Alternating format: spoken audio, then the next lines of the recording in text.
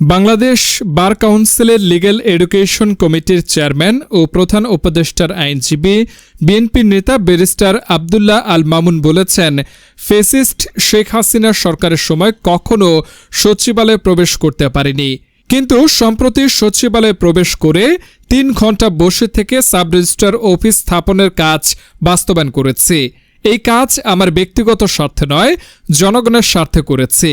এই কাজের মধ্য দিয়েই ময়নামতি উপজেলা বাস্তবায়নের সূচনা হল।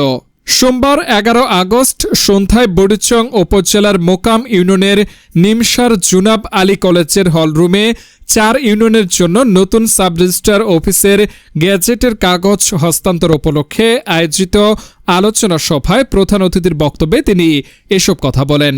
তিনি আরও বলেন, বুড়িচং উপজেলার ময়নামতি, মোকাম, ভারেল্লা উত্তর ও দক্ষিণ এই 4 ইউনিয়নের দীর্ঘদিনের দাবি ছিল ময়নামতি উপজেলা বাস্তবায়ন।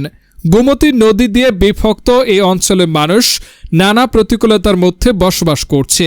উপজেলা প্রশাসন, ভূমি অফিস, থানা ও সাব রেজিস্ট্রার অফিস দূরে হওয়ায় জনগণ ভোগান্তিতে পড়েন। বিশেষ করে জমি বিক্রি বা দলিল করতে বড় সমস্যার মুখে পড়তে হয়। এ দাবিকে বাস্তবে রূপ দিতে পেরে তিনি গর্বিত বলেও মন্তব্য করেন। বিএনপি ক্ষমতায় এলে ময়নামতিকে পূর্ণাঙ্গ উপজেলা হিসেবে বাস্তবায়ন করা হবে বলেও তিনি আশ্বাস দেন। অর্থনৈতিক উন্নয়নের প্রসঙ্গ তুলে ব্যারিস্টার আব্দুল্লাহ আল মামুন বলেন, এই এলাকা উন্নত হলে কুমিল্লা তথা বাংলাদেশের মানুষ খেয়ে পড়ে বাঁচতে পারবে।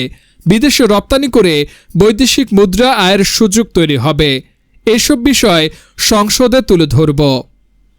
Channel HD24 news desk.